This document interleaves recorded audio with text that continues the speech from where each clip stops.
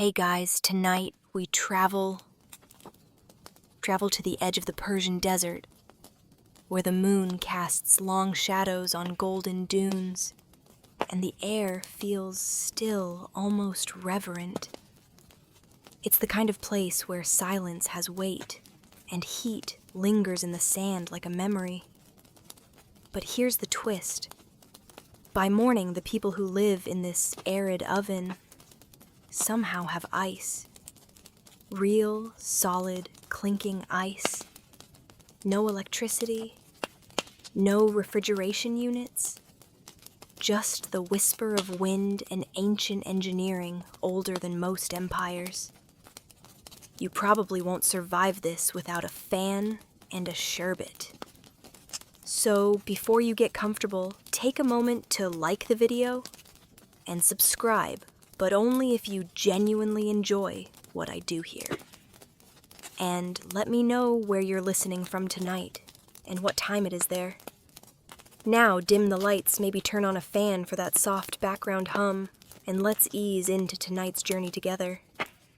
The sand crunches beneath your feet as you make your way toward a strange dome half buried in the desert floor. It looks like a beehive, massive, cracked, and ancient, but it hums with purpose. This is no ordinary ruin. It's a yakchal, an ancient Persian ice house.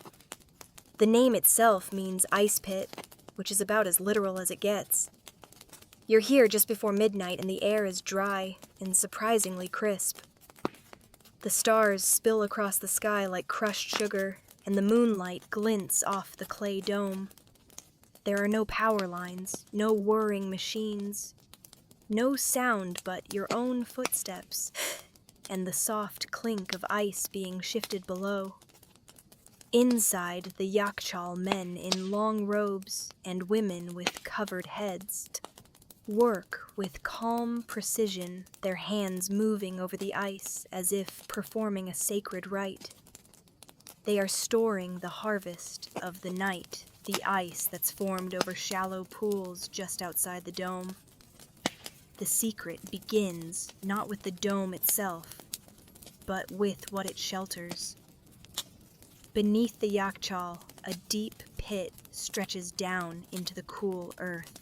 It's shaped like a bowl and lined with a special type of mortar called sarouj, a mixture of sand, clay, egg whites, lime, ash, and goat hair. Somehow, this odd recipe creates a waterproof, insulating seal that's kept cold, trapped here for centuries. If concrete and witchcraft had a baby, it would be sarouj. The temperature in the pit can drop significantly, even when it's scorching outside. During the day, the thick dome and its reflective, often whitewashed surface bounce away sunlight. But at night, that's when the real magic happens. You're led outside the yakchal to see the shallow pools, essentially elongated trenches filled with water. They're placed near high mud brick walls that cast long shadows and help trap the cold air at night. As the desert temperature plummets after sunset, the water in these pools starts to freeze.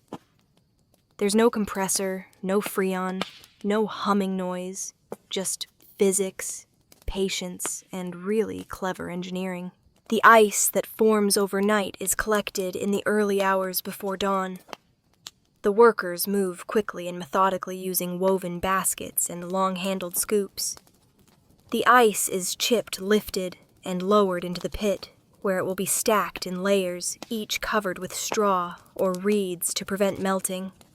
And yes, there's your mainstream historical fact: the Persians were using passive refrigeration more than 2,000 years ago, in a desert, without solar panels or Elon Musk. Now, here's your quirky detail. Legend says that if you stand perfectly still in the yakchal during the hottest part of the day, you can feel the breath of the earth cooling your ankles. A poetic way to say underground ventilation, sure, but it makes you pause. Historians still debate the precise dating of the earliest yakchals. Some argue they appeared during the Achaemenid Empire around 400 BCE, while others think they evolved gradually with small-scale cooling techniques that predated the domes by centuries. There's even a theory that they began as granaries and were adapted into ice houses later. Nothing like a historical argument to spice up your bedtime. The dome itself is a masterpiece of thermal regulation. Its shape allows warm air to rise and escape through a central vent, while cooler air circulates below. Think of it as a natural convection loop, fine-tuned by generations who didn't have the luxury of trial software or YouTube tutorials. As you sit in the shadow of the yakchal, a gentle breeze flows past you, sucked in by cleverly designed channels that feed into the dome. It's the desert's version of a whispering gallery, except the only thing it's saying is chill. You lean yeek and gaze up at the stars, wondering how many nights like this have passed. How many ice harvests, how many generations who watched their breath fog in this dry air. The yakchal isn't just an invention. It's a promise, an assurance that even in the most hostile climate, with enough ingenuity, you can still have a cool drink. And with that thought, the wind shifts ever so slightly. You close your eyes listening to the scrape of baskets, the shuffle of sandals, the distant bleat of a camel, and the occasional chuckle of someone who probably just made the same joke about ice in the desert you were about to make. Sleep is still far off, but comfort, that's already here. You step away from the dome, letting your hand trail along the sun-dried bricks as you move back toward the open desert. The night is still cool, and you notice the moonlight casting long shadows from the high walls that surround the pools. They're not random. These mud brick barriers are strategically placed aligned carefully to the path of the sun and wind, forming an environmental cocoon where ice is born. Tonight, you're watching the process from the start. A small group of men and women, their faces half lit by oil lamps, begin the slow task of filling the trenches with water. It's a calm, almost meditative ritual. They move with muscle memory, buckets dip water splashes, and tiny ripples fan out across the narrow pools. But here's what makes it brilliant. The pools are shallow by design. Less volume means faster freezing. In the chill of desert night, where temperatures can drop below 0 Celsius, the exposed water begins to solidify surprisingly quickly. No compressors, no generators, just geometry, patience, and the night. One elder nudges you with a smile and points upward. No clouds, he whispers. You look up. He's right. The sky is clear, cloudless. A cosmic window. That's the final ingredient. You see, radiant cooling isn't just poetic. It's literal.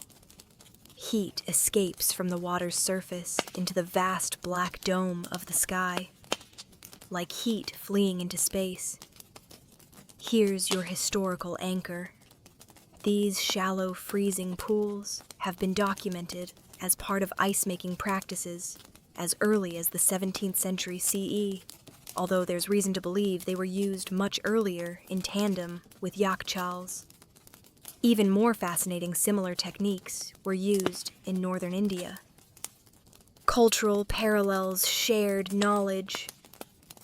Historians still argue whether Persia influenced the subcontinent or vice versa. Some even believe they emerged independently, a case of convergent evolution through architecture. Your quirky tidbit tonight ice made in these shallow pools was sometimes tested with rose petals. A single petal laid gently on the surface told the workers whether the ice was thick enough to collect without cracking.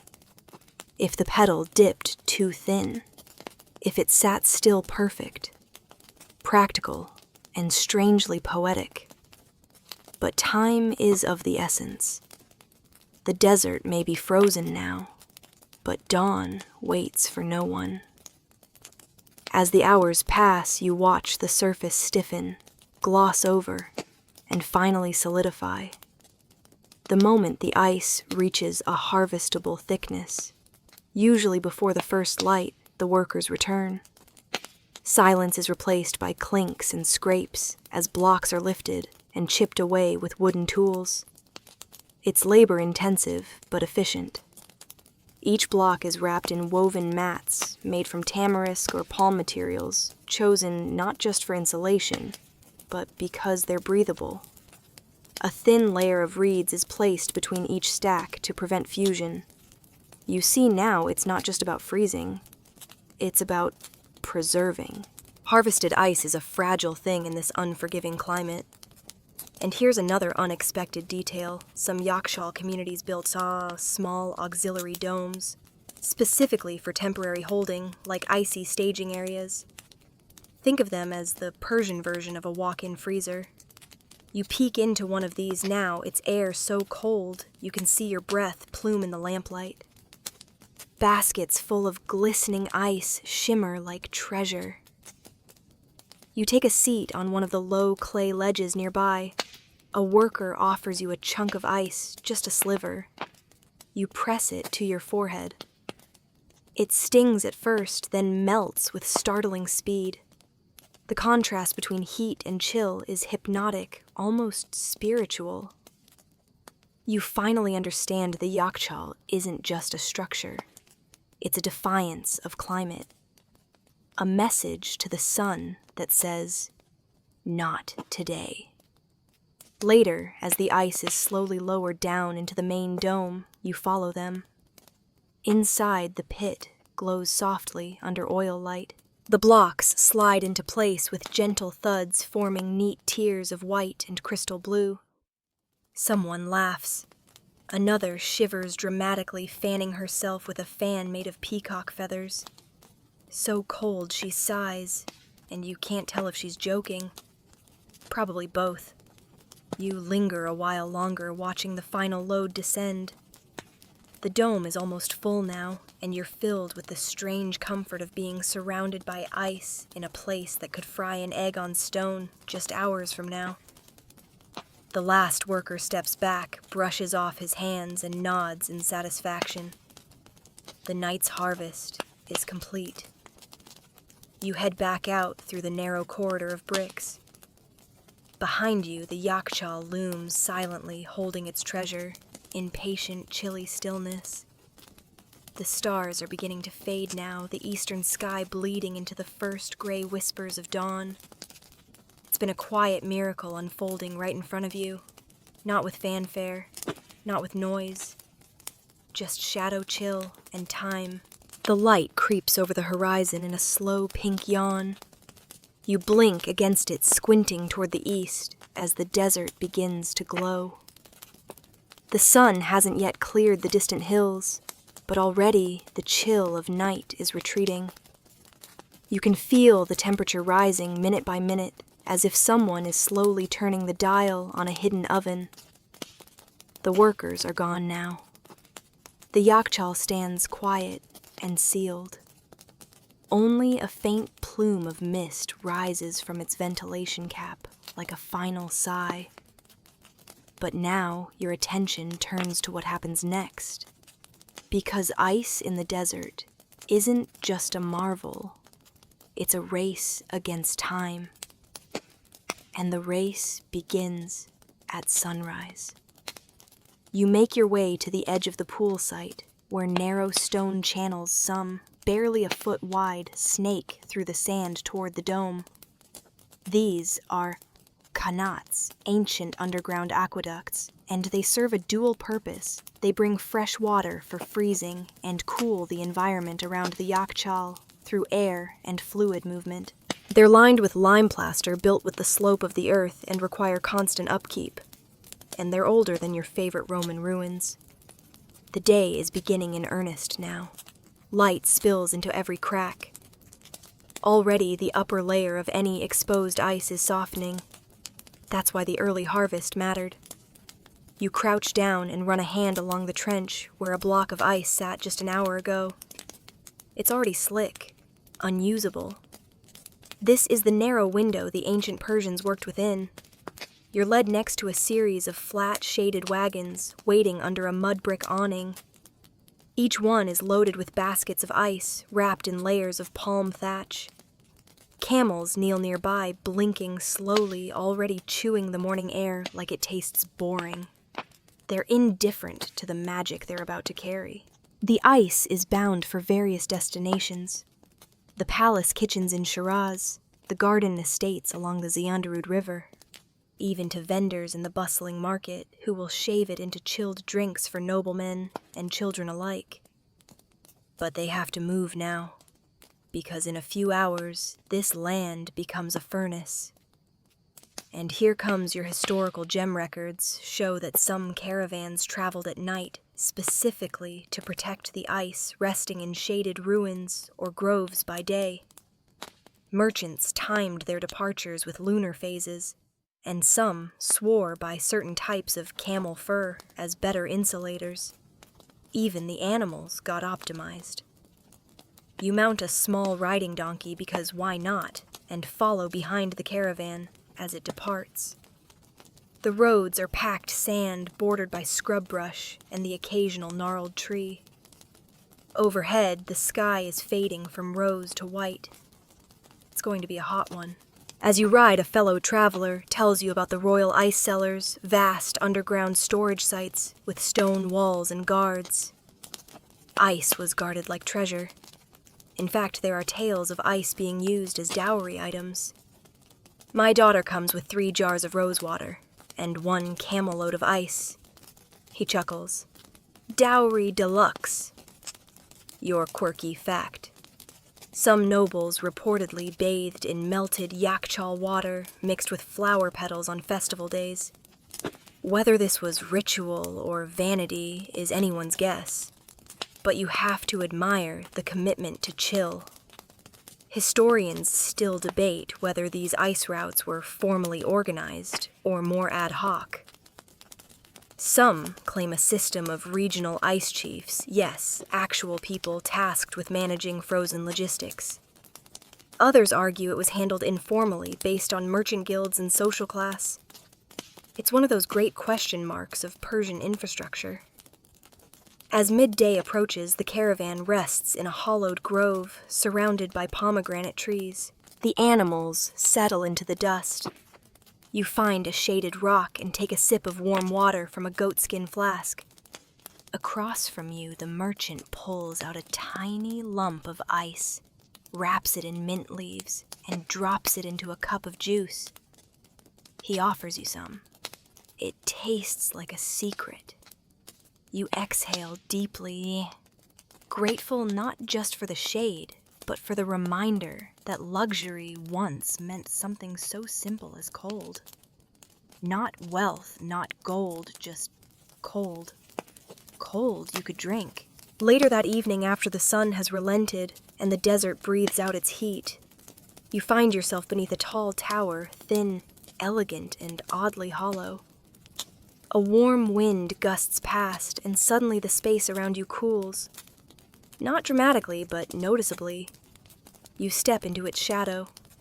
The wind shifts again, and this time it flows downward into the structure beside you. You've just experienced the whisper of a badger, a Persian wind catcher. You walk the base of the structure, marveling at its simplicity. Openings face each cardinal direction, and inside the tower splits into angled channels. When wind hits it, no matter the direction it's captured, funneled downward into the building below. On hot days, the incoming breeze passes over water or ice inside the yakchal, cooling the air further before it flows into living or storage spaces. Here's the historical hook wind catchers like this were used not just for yakchals, but also in homes, palaces, and mosques. Some were over 30 meters tall. And long before HVAC systems came to town, these towers made desert architecture livable. And now, your quirky tidbit, some of these towers were so efficient that even in peak summer, the interiors they cooled stayed a full 10 degrees cooler than the air outside. Residents would nap, eat, even store perishable herbs in the rooms fed by these towers. One ancient poet called them the lungs of the stone. There's scholarly debate, though, about who truly invented the wind tower. Iran, Egypt, and parts of the Arabian Peninsula all lay claim. Some suggest multiple regions developed similar towers independently. Others believe the technology diffused via traders along the Silk Road. The truth may never be known, but standing beneath one now, it doesn't really matter. You crouch inside the connected chamber where air from the tower is flowing down into the yakshaw's walls. It's barely audible, like a sigh. The air smells faintly of clay and moisture. Not cold, but definitely not hot. That's the miracle. The dome of the yakshal itself benefits from the windcatcher's breath. Hot air rises, cool air descends, and the structure breathes. If the yakshal is a lung, then this tower is its nose. Nearby, you find an older man tending to a set of woven blinds strung across the vent openings. He adjusts them based on the wind's mood. You can't fight the wind, he tells you with a shrug. You just learn how to listen. He doesn't say this like a proverb. He says it like a weatherman with a poetic streak. The architecture of the desert becomes more astonishing the longer you observe it. Passive cooling, radiant cooling air management, reflective surfaces, insulation from clay, and the brilliant use of thermodynamics. Yet none of it looks like modern science. It looks like ancient intuition carved into domes and drawn into dirt with the elegance of calligraphy.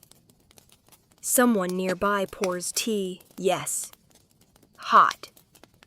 Tea, even in the heat, and you sip it baffled. Hot tea makes you cooler, they explain, because of course it does. Everything here is a paradox. Ice in the desert, warm drinks to cool down, towers that inhale. Back near the base of the windcatcher, a group of children gathers. One of them drops a feather inside the shaft, watching it swirl and rise, then dip and fall in slow motion. They giggle. The tower responds with a low moan of moving air like a sleepy sigh. You imagine centuries of people doing exactly this, testing, tweaking, marveling. It's getting dark again. The air cools further, and your shirt clings less to your back. You feel the temperature shift not from magic, but design. Intentional, studied, refined over generations. The kind of design that doesn't need apps or instruction manuals, just wind space and earth. As the moon peeks out from behind a drifting veil of cloud, the tower catches a breeze that flows directly over your shoulder. It's as if the building has exhaled in your direction.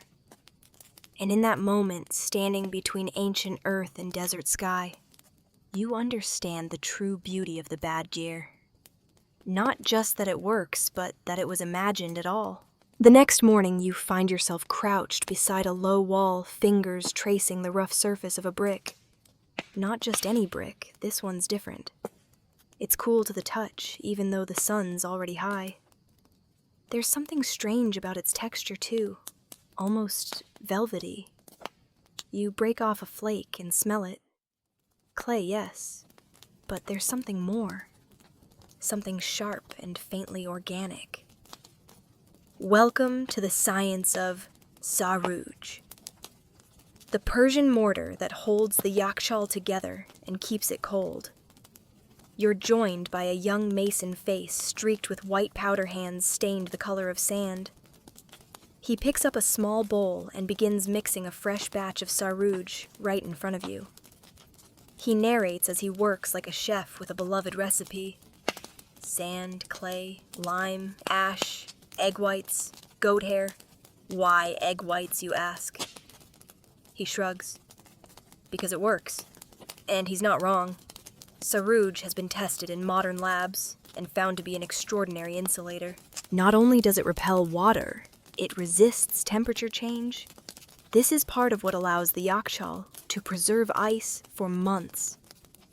Here's your historical tidbit builders in ancient Iran selected materials not only for availability, but for thermal behavior. Sarouj is the result of generations of trial and error. Its porous surface allows for subtle breathability, and when used in thick layers, it becomes nearly airtight. Your quirky fact for today. Some villages believed that adding a single drop of camel's blood to the mix made the bricks remember the cold. Is it true? Probably not. But try arguing with a 500-year-old building that still works. As the mason applies a fresh layer of sarouj to a crack in the yakchal's exterior, you notice the shape of the dome more clearly. It isn't perfectly round, it flares wide at the base and narrows as it rises, ending in a vent that resembles a flower bud just starting to open. This isn't decorative, it's purposeful. The geometry is vital. The broad base increases volume, while the narrowing top encourages hot air to rise and escape through the vent. The structure's angle also casts its own shadow for most of the day, minimizing surface heat absorption. You could study this design for weeks and still find clever tweaks. Nearby, a small crew of apprentices is reapplying the reflective whitewash made from crushed gypsum and ash. This coating doesn't just look pretty, it reflects sunlight and prevents the structure from absorbing radiant heat. You run your hand over it.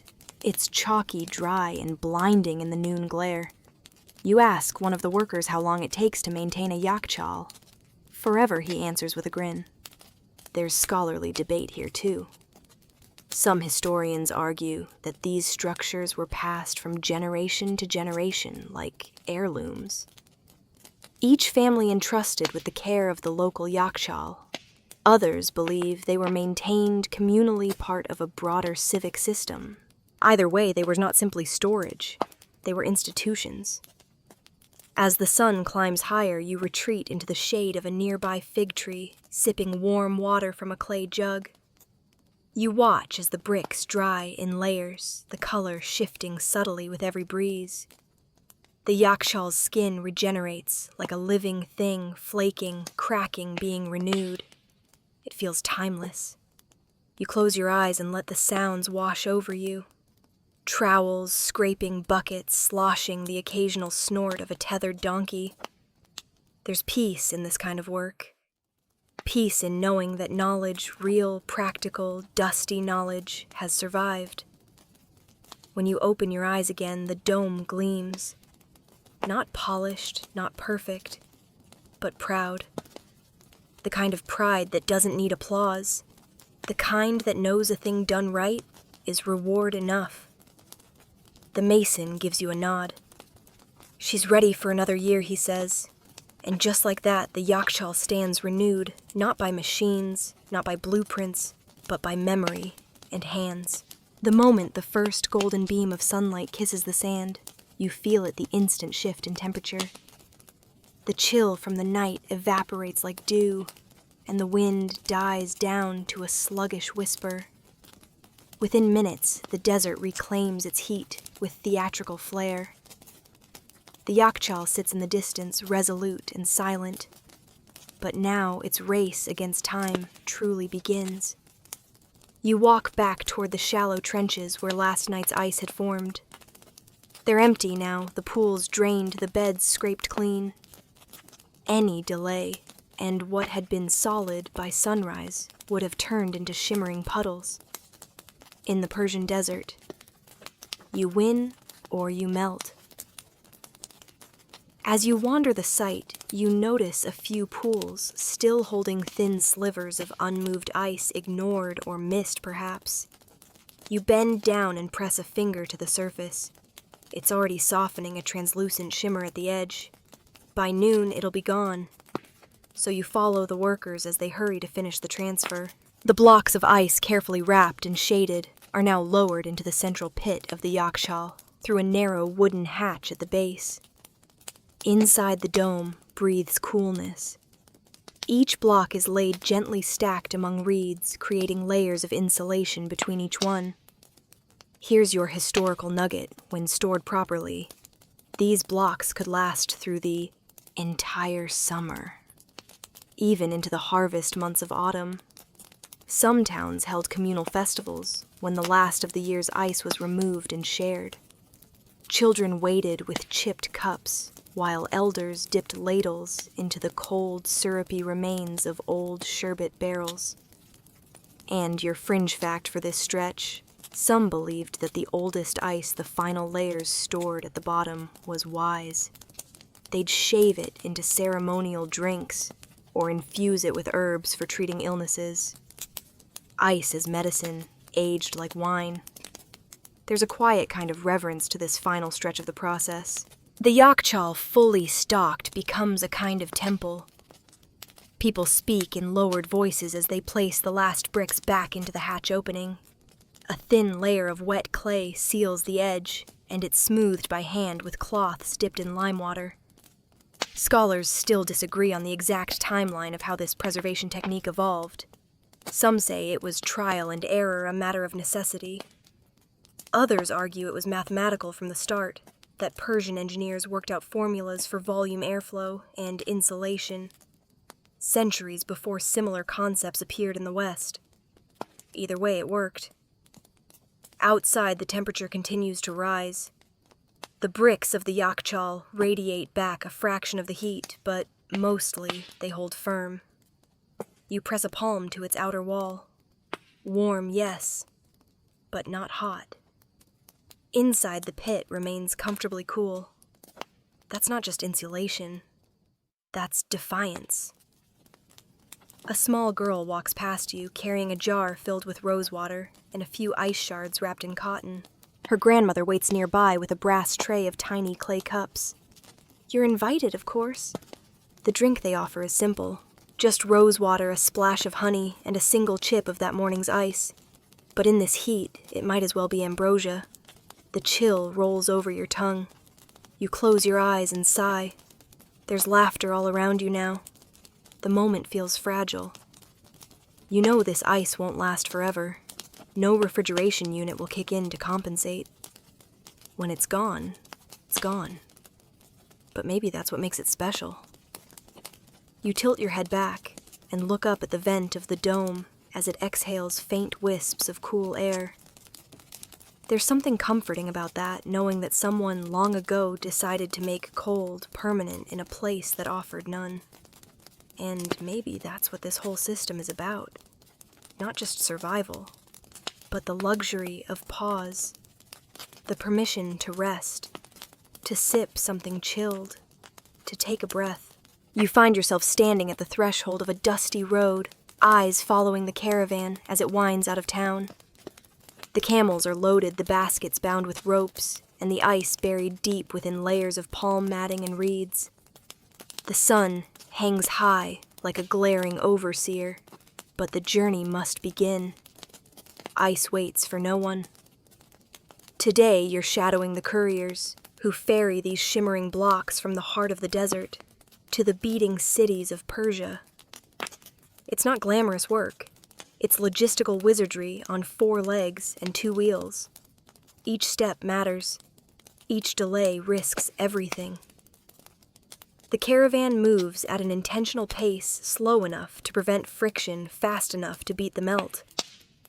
The roads they follow aren't marked by signs, but by memory landmarks. Twisted trees, a cluster of sun-bleached stones. These are the coordinates of survival. Here's your historical nugget. Some of these routes were managed seasonally, passed down by families who specialized in cold transport. Not all ice went to kings. Some made it to doctors' apothecaries and wealthy merchants who sold it cup by cup in shaded alleys.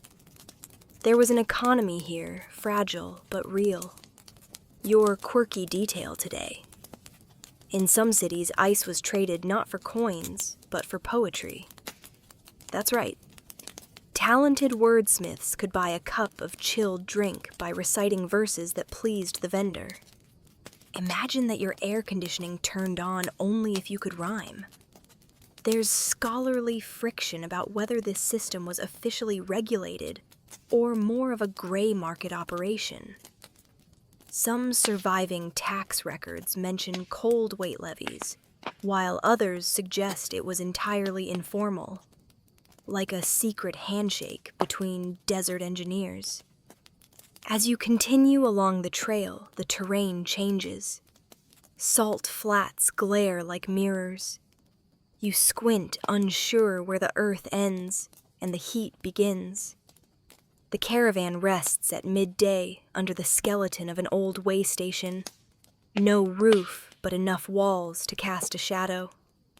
The camels grunt and kneel. Their humps shift like loaded cushions. You sip water. It tastes like sun. One courier, barefoot, bandana covered, shows you a trick. He buries a wrapped cube of ice beneath a layer of ash and sand, then covers it with a broken clay pot. An hour later, it's barely melted. Heat repelled by earth and patience. Later, as the light grows long and golden, the caravan approaches a walled city. The guards recognize the load and open the gates without hesitation. Inside, the streets are buzzing. Ice isn't just desired here, it's an event. Vendors call out. Servants rush through narrow alleys. A nobleman's dinner must include chilled melon slices. A bridal bath must begin with ice-cooled rosewater. You follow the blocks as they are distributed, each piece melting into ritual. In the courtyard of a merchant's home, you see one final destination, a long marble table set beneath cypress trees with tiny bowls of fruit and copper kettles steaming beside them. The heat here is dry sharp, but the bowls are cold. You know what's inside. Sherbet. Persian sherbet. Not the rainbow powder stuff from candy shops, but the original, a mix of fruit juice, sugar, crushed ice, and rose. Sweet, tart, floral, and cold. A drink worthy of conquest. You take a sip. It tingles. The chill cuts the dust in your throat. You hear doves flutter in the rafters. For a moment, time slows. You realize now that ice wasn't just a product. It was a gesture, a gift, a flex, and a promise that even in the middle of nowhere, people could still bring heaven to earth. One melting cube at a time. Night falls again, and this time you're not in the desert. You're reclining beneath the carved latticework of a private garden pavilion. Jasmine vines climb the stone pillars, and the air smells like citrus and clove. Lanterns flicker. Musicians play softly behind a silk curtain. You're about to witness what ice was really for. Luxury. In ancient Persia, ice wasn't just a survival tool. It was a symbol. A mark of class power and control over nature. And nowhere was that clearer than in the private estates of the elite. A young servant offers you a tray. On it, a chilled copper cup beaded with condensation. Inside, a mixture of sour cherry juice, crushed ice, and mint. It fizzes slightly. The first sip makes you blink. It's cold enough to sting your teeth. You let it melt slowly on your tongue.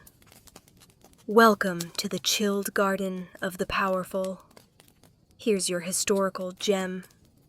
Persian nobles often maintained private yakchals, smaller than the public ones, for exclusive use.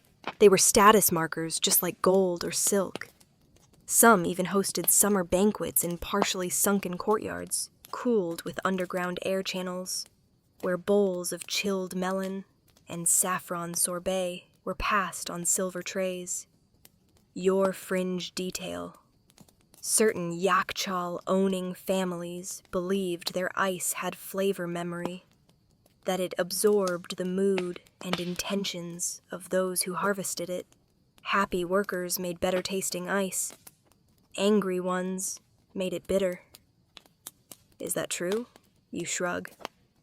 But you swear this cherry sherbet tastes like contentment. There's debate, too, among modern scholars. Were these displays of luxury just indulgence or subtle political statements?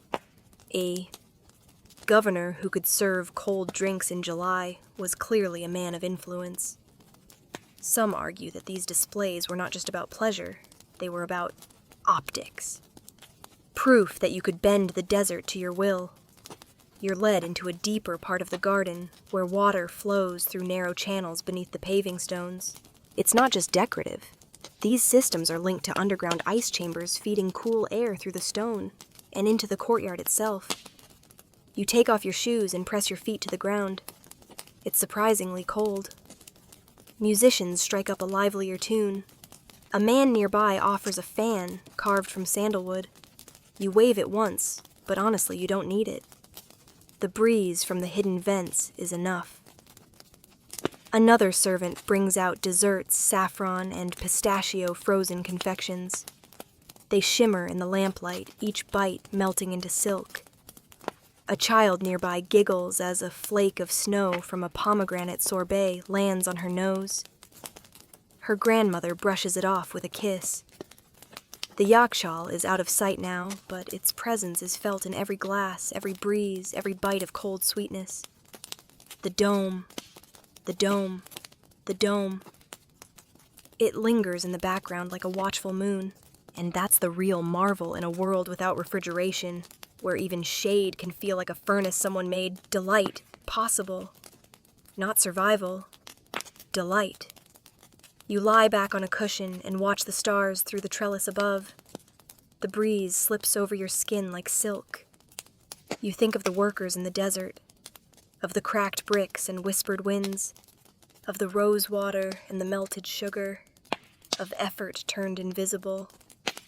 And you smile, realizing the greatest luxury isn't cold. It's forgetting how hard it was to make it. The next morning you find yourself inside the marbled hallway of a governor's residence. The tiles are cool beneath your feet, and the walls are adorned with painted scenes of battle harvest and something unexpected.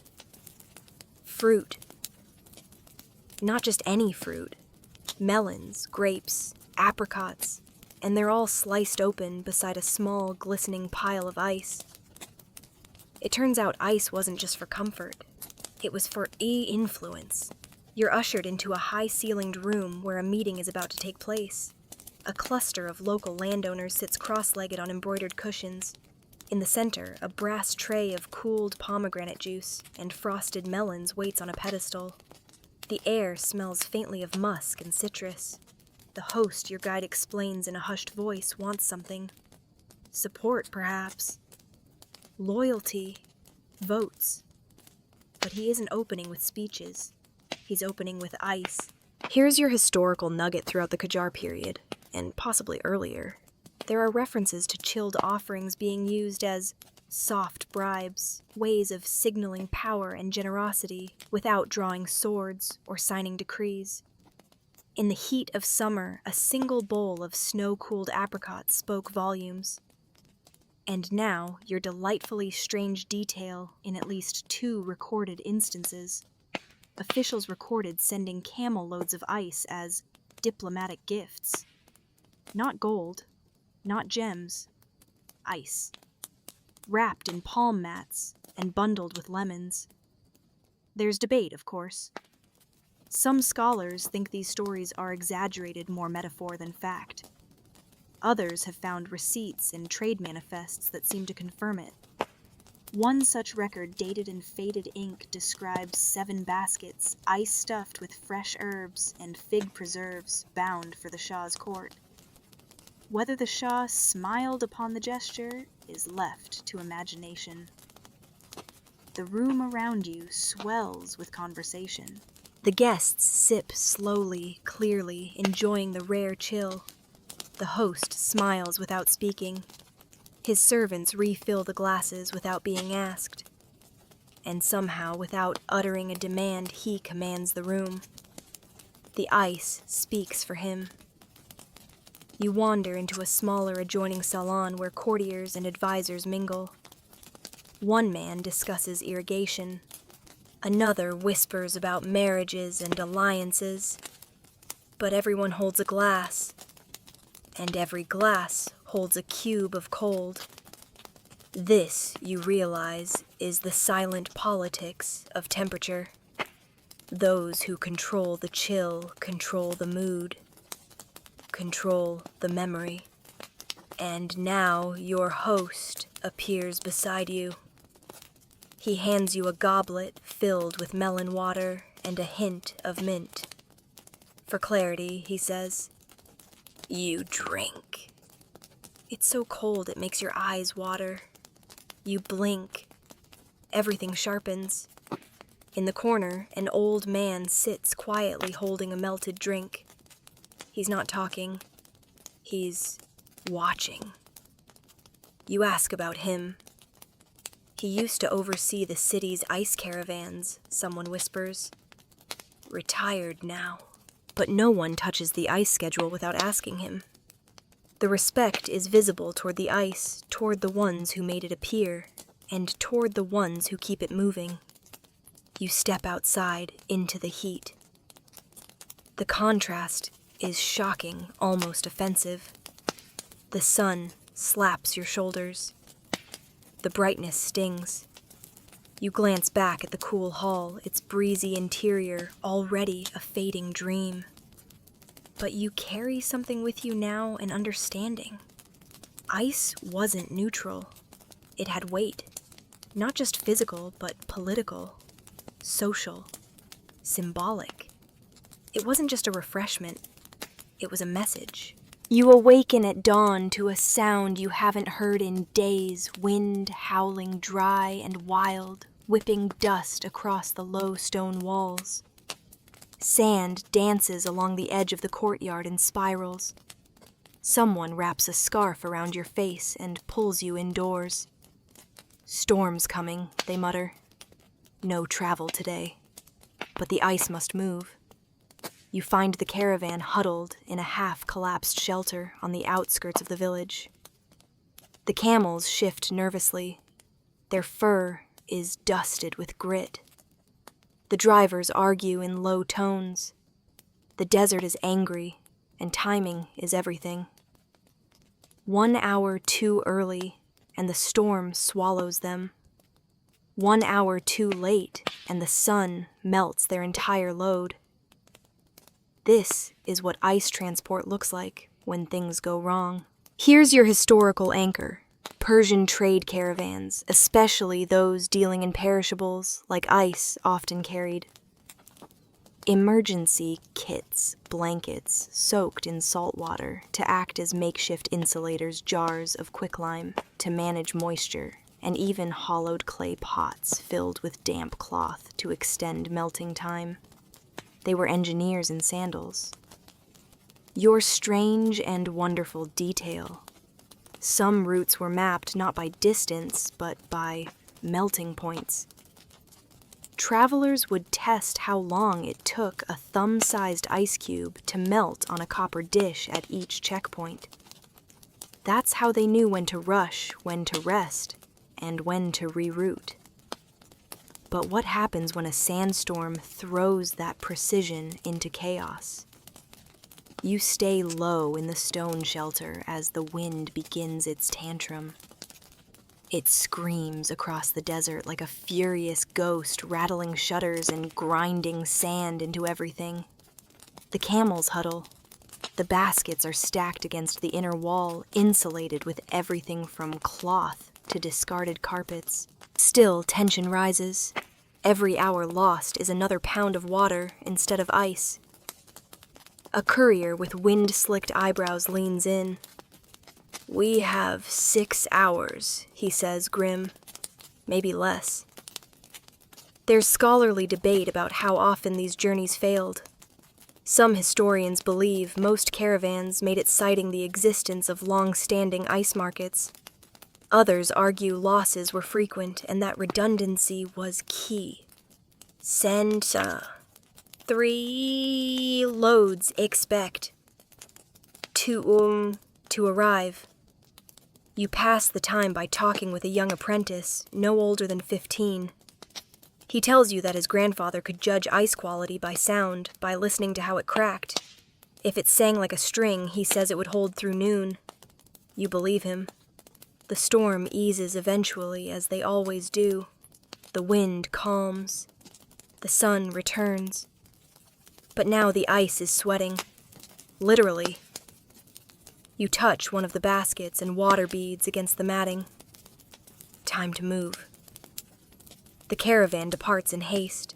You ride at the rear, glancing often at the baskets swaying on camelbacks. They carry not just weight, but wagers on timing, temperature, and terrain. By late afternoon, you reach a small town. The residents are already waiting, shaded beneath grapevine trellises and holding empty cups. When the first shard of ice is lifted and dropped into a bronze bowl, the clink is met with applause. It wasn't guaranteed, but it made it. You stand aside as the merchants count their baskets, whisper over losses, and shrug at fate. Sometimes the desert wins. Sometimes cleverness does. And that's what ice transport was in ancient Persia, not just a journey of distance, but of nerve. Every trip a gamble. Every block a small, silent victory. The moon is full tonight, casting a pale wash over the courtyard. You sit alone beneath a fig tree, gazing at the familiar dome of the Yakchal in the distance. But something feels different. The wind is still. The bricks seem to hum. And as the night deepens, a whisper reaches your ears.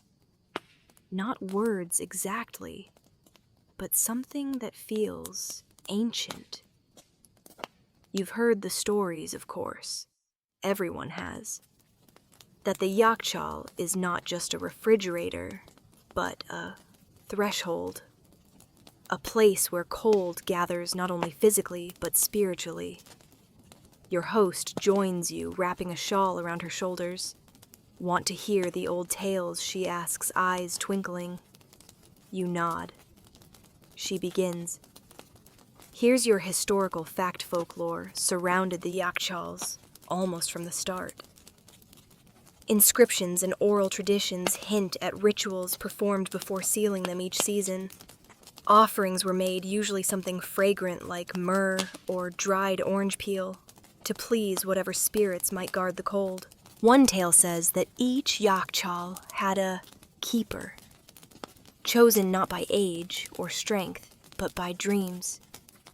The chosen one would sleep beside the dome for 3 nights, and if they awoke with no frostbite, they were meant to protect it for the year. Your fringe detail.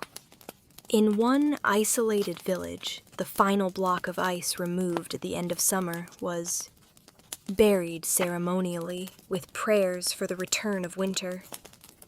Some say these blocks were wrapped in silk and set in clay urns beside carved stones.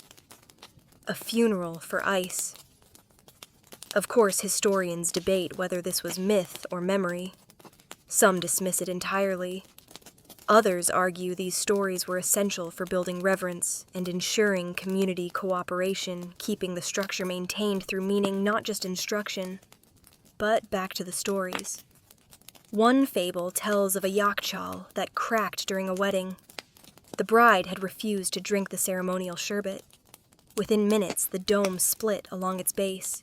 Another speaks of a boy who stole ice for profit. That night, every breeze in the town blew hot. He left by morning. You chuckle softly. But in the silence that follows, you swear the dome shifts just slightly, as if listening. Your host continues, voice low now. There's a tale of a wandering poet who came to a village and asked to sleep beside their Yakchal. He had no coin, only a worn satchel of papers. The villagers agreed. In the morning he was gone, but on the wall of the dome, a verse was scrawled in charcoal. Let the sun burn loud. Above I sleep, below, beneath your love. Cold, not cruel, but kind and deep, where even fire is lulled to sleep. The poem faded, of course, but the village remembered, and the next year their ice lasted longer than anyone's. You sit quietly now, gazing at the dome again. The stories feel alive, not just words, but part of the structure itself. As if every tale told adds another invisible brick. A dog barks in the distance. Somewhere, someone is still working. Maybe patching a leak. Maybe whispering thanks. The wind stirs just once and brings with it the faintest scent of rose and smoke. The night folds in around you, and you begin to understand that the Yakchal is more than clever engineering. It's memory made solid, and it never forgets who visits. The sun is barely up yet. The courtyard behind a modest home is already busy. Steam rises from clay pots and laughter spills over the walls like warm bread. Today, you're not with traders or nobles. You're with the women of the village, and they are the secret heartbeat of the ice. Contrary to what you might expect, the early morning rituals of ice making weren't solely male domains. In many communities, it was the women who maintained the shallow freezing pools, monitored the night temperatures, and directed the earliest stages of storage. Not publicly, perhaps, but intimately, precisely. You watch as a woman in her 40s, confident, commanding, walks the perimeter of the trenches with a reed stick. She taps the ice, listens, then points. Others follow. No one questions her. Here's your historical truth, many. Many Persian households relied on matriarchs to manage small-scale ice collection, especially in rural areas. They worked at night, read the skies, and knew how long it took for a single fingertip's depth of water to crystallize. Your curious detail. In some villages, women whispered chants over the water. Not spells exactly, more like lullabies. The belief was that calm voices encouraged smoother freezing while shouting could cause cracks. One popular line went, "Still and clear. Freeze like night, hold our breath and catch the light." There's debate among historians about the validity of these chants. Some dismiss them as post hoc romanticism. Others see them as an early form of climate awareness, ritualized mindfulness to control atmosphere and behavior during a fragile process. The women here invite you to help spread straw.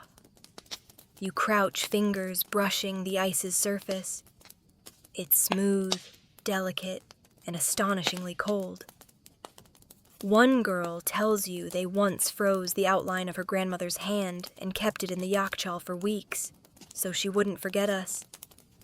You smile. It melted, of course, but the story stayed. Later, inside the kitchen, another crew is busy preparing chilled desserts.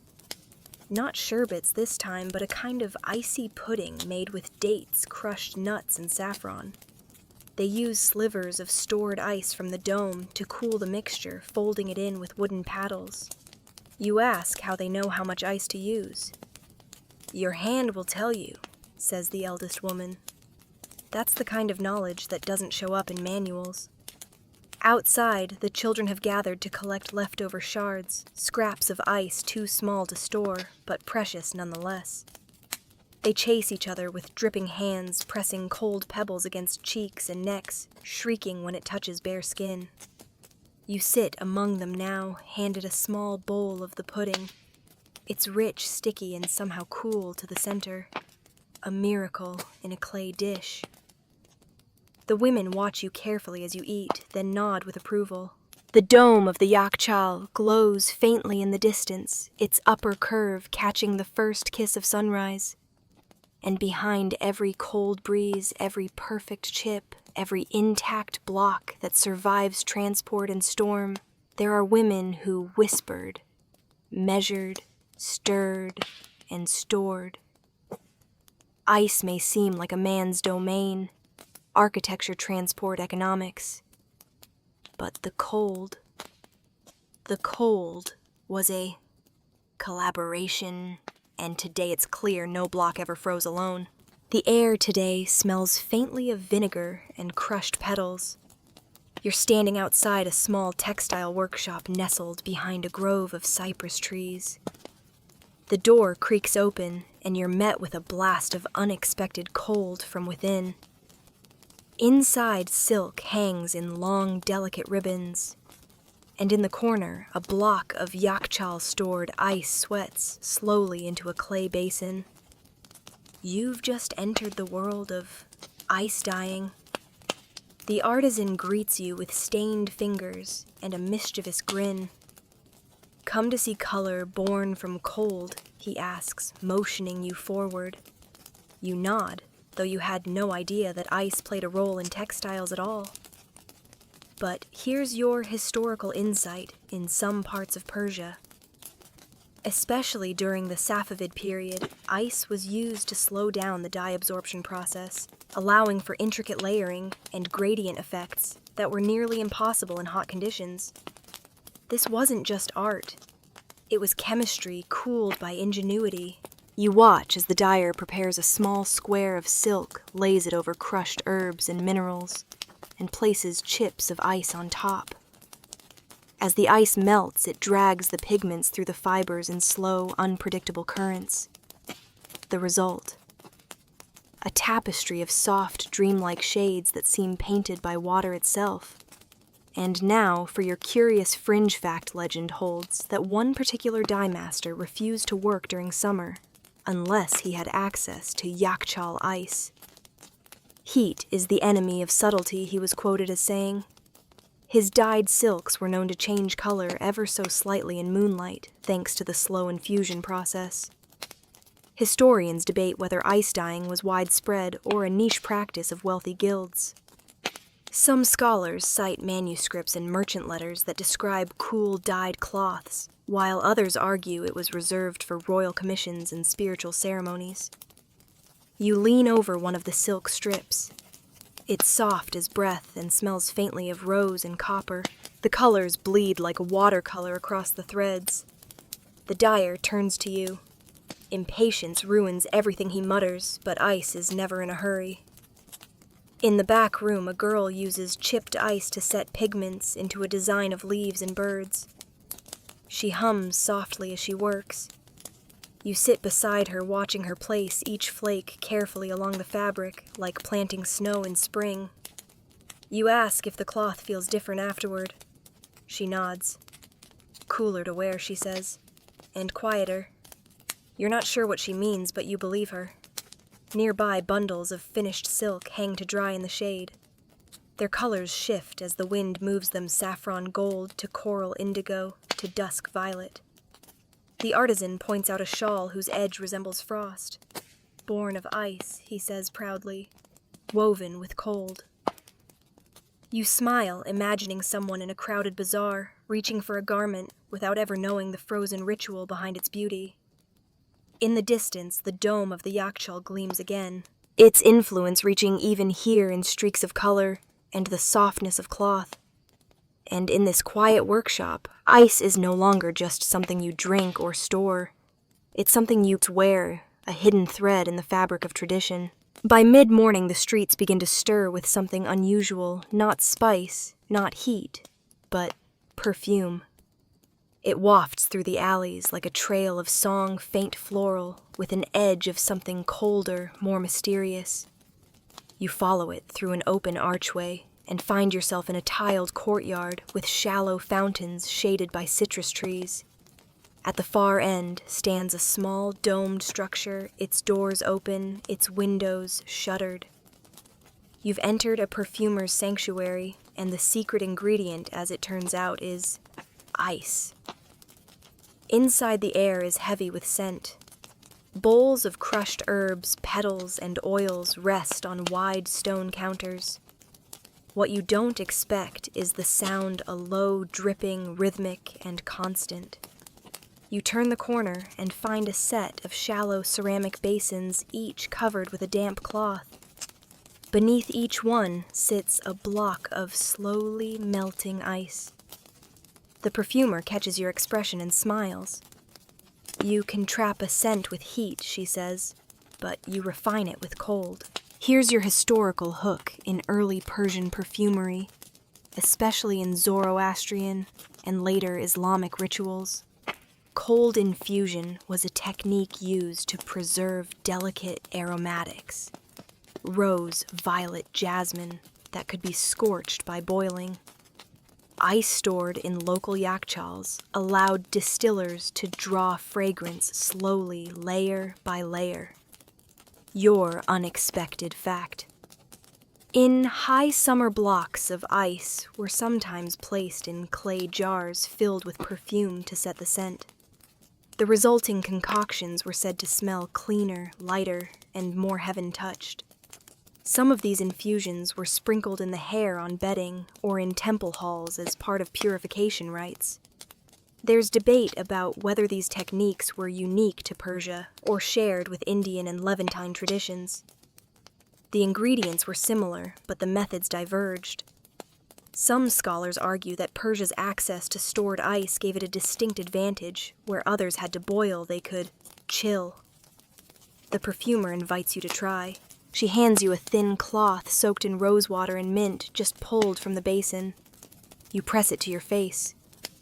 The chill startles, but then a wave of fragrance floods your senses, sweet, pure, almost electric.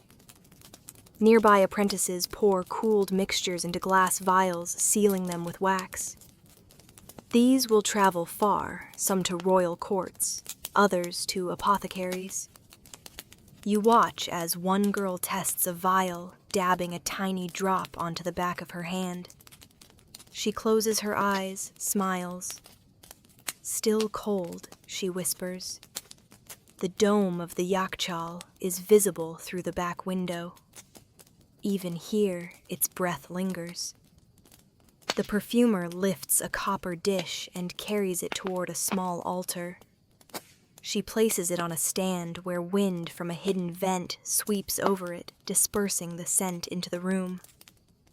You realize in this quiet chamber that ice isn't just physical.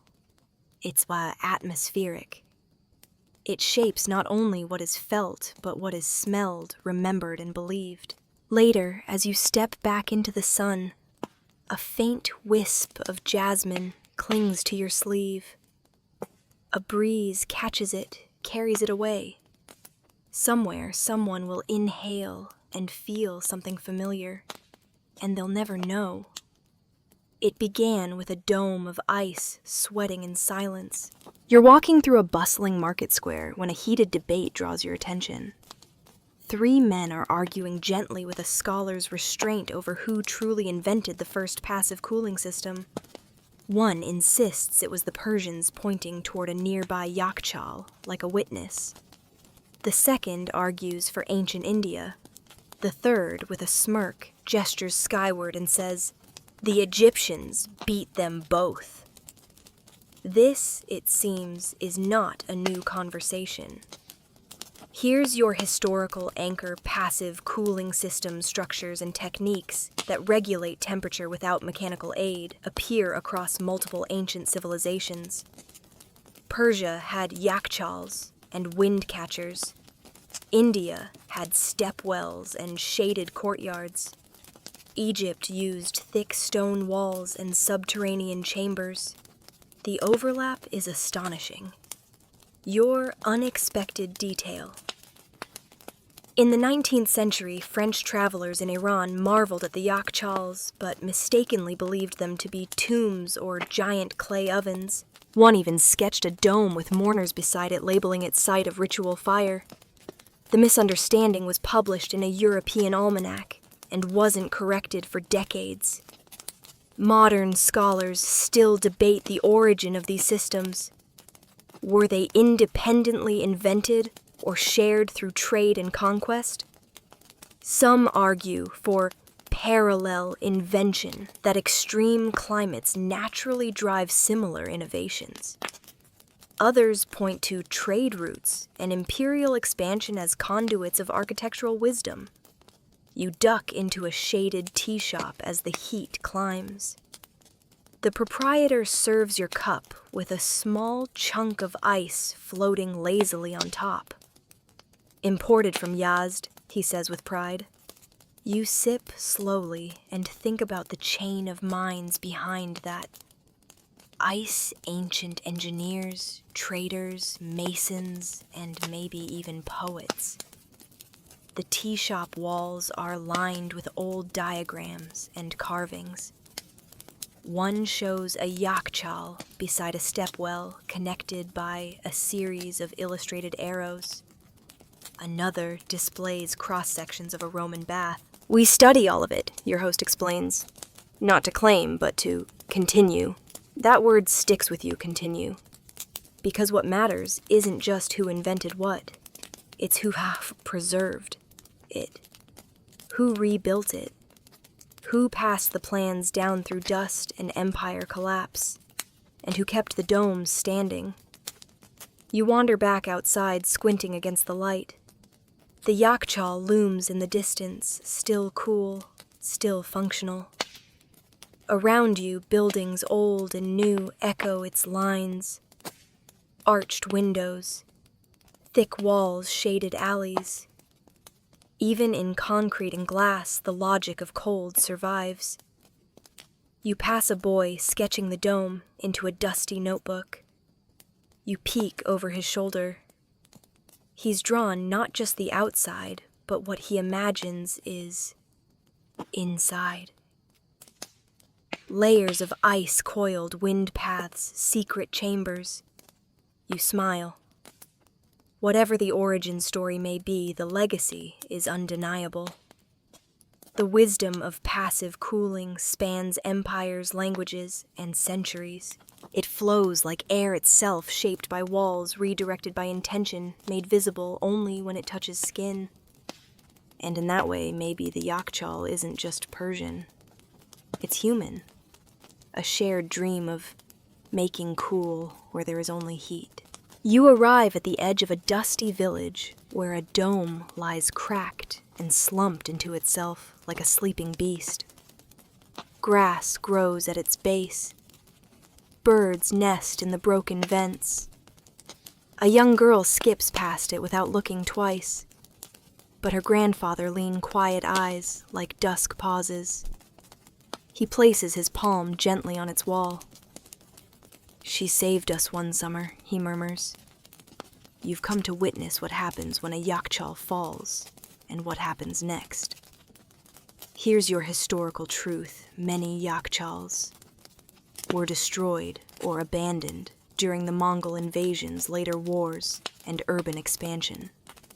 Some collapsed from neglect. Others were dismantled for bricks. But the memory of their coolness lingered even when their domes did not.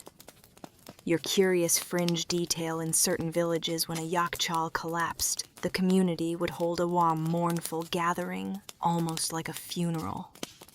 They'd place a symbolic bowl of melted ice in the center of the ruins, scatter rose petals, and sit in silence. Not superstition reverence, but not all domes stayed broken.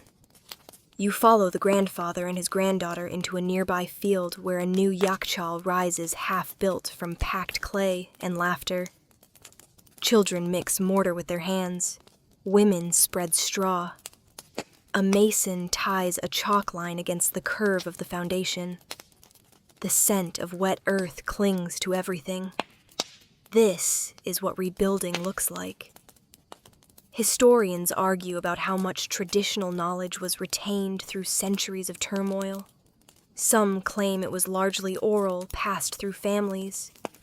Others believe fragments of ancient manuals survived tucked into private libraries and mosques. Whatever the source, it's working again. One of the masons offers you a lump of sarouge to hold. It's warm, pliable, and smells faintly of lime. You press it against a brick, smoothing it into place. "Now you're part of it," he says. You glance around.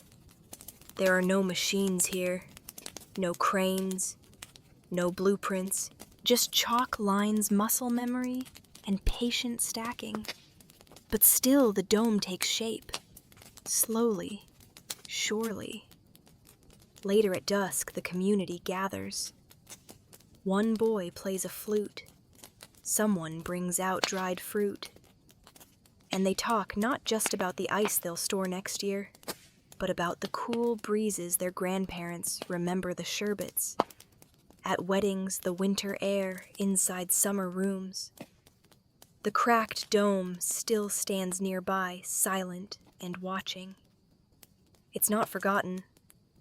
It's part of the landscape now, a lesson, a promise that what breaks can be rebuilt. As night settles in, you sit beside the new structure. The base is wide. The bricks are tight.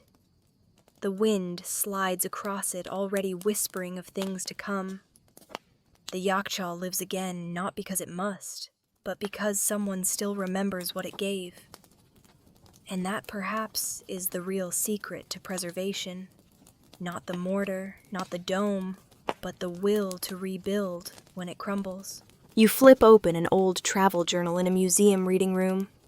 The pages are brittle, the ink faded. But there it is, an 18th century Frenchman's sketch of a yakshal, labeled unknown desert structure, possibly a chimney or shrine. You can't help but smile. Misinterpretations are part of history too. Welcome to the era when Europe tried to understand Persia and got a few things wildly wrong. Here's your historical fact during the 1700s and 1800s. European travelers flooded into Persia with sketchbooks, ink pens, and a desire to catalog everything they didn't quite understand.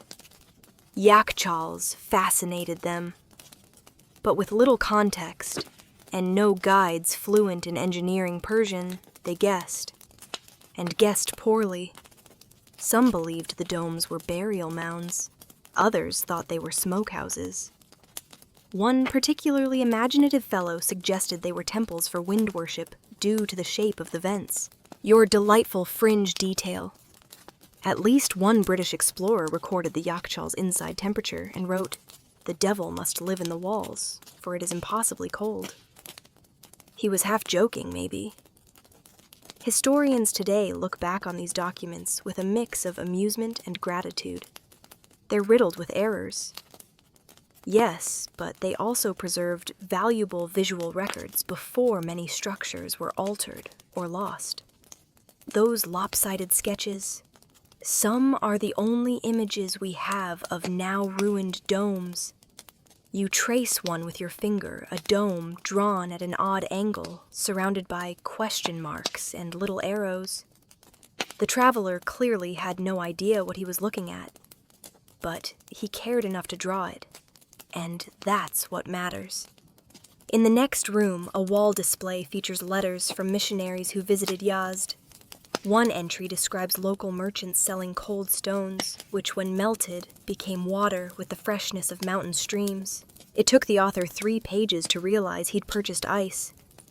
There's scholarly discussion now about how these misunderstandings shaped Western views of Eastern technology. Some argue they contributed to long-standing underestimation of Middle Eastern science.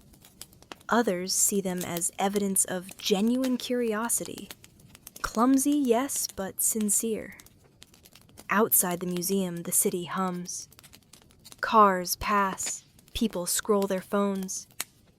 And yet a few blocks away, a Yakchal still stands. Preserved not because of those foreign drawings, but perhaps remembered better because of them. You sit on a nearby bench and imagine the Frenchman squinting in the heat, furiously sketching a dome he thought might be a kiln. He sweated. He struggled. He mislabeled everything. But he looked. And looking sometimes is enough to keep something alive.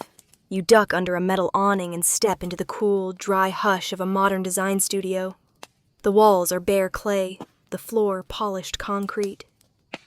At first glance, it could be anywhere Tokyo, Berlin, Los Angeles. But on the drafting table, amid scrolls of digital blueprints and recycled paper models, sits a small clay dome. Familiar, quiet, reverent. The Yakchal has entered the 21st century. Here's your historical hook in recent decades. Iranian architects, engineers, and environmental designers have begun reviving ancient cooling technologies to combat the rising challenges of climate change and water scarcity. And at the heart of it all, the humble, brilliant Yakchal. Your curious fact. One architecture firm in Tehran has patented a modern version of the Yakchal that collects both.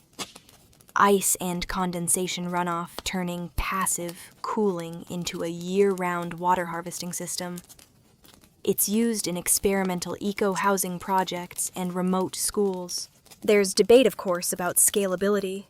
Can something rooted in clay and straw truly serve megacities? Some say yes, if not for homes, then for cold storage of food and medicine in off-grid areas. Others are more cautious, emphasizing hybrid models that combine solar Yakchal principles and smart sensors. You listen to an architect explain her concept. She points to a cross-section, thick walls, inward sloping, filled with layers of insulation. But there's also a small solar-powered fan and a humidity monitor. The dome doesn't resist technology, she says. It welcomes whatever helps it breathe better. You follow her through a garden space built around a functioning test Yakchal. Inside, the temperature drops instantly. Wild mint grows along the wall. In the center, a stainless steel platform holds ceramic tiles, chilled by stored ice. We keep vegetables here, she says, and once a month we host poetry readings. You raise your eyebrows. She grins. Same purpose as always. Cold air, sweet words. From the roof you can see a few other domes rising across the district. Some are attached to homes. Others are part of schools. One, she explains, was built in a refugee camp as both shelter and community fridge. Back inside, you meet a team of students working on portable Yakchal units. They're experimenting with foldable clay tiles, natural resins, and even 3D printed sarouge prototypes. The past didn't disappear. One of them says, holding up a scale model. It just needed a better marketing team. You laugh and nod. There's something beautiful about watching the old re-emerge, not as nostalgia, but as innovation. As a survival tool that remembers its purpose and adapts. The dome you visited in the first section still stands somewhere out there, but its legacy now grows in every draft, every clay model, every whispered test of wind direction in a college courtyard. The Yakchal isn't fading, it's evolving. You stand at the edge of your backyard, or at least you imagine you do. The grass is dry. The air is still. A dog barks 3 houses down. But in your hands is a blueprint, dog-eared and covered in little notes. Use egg whites. Wind vent facing north. Where do I even get goat hair?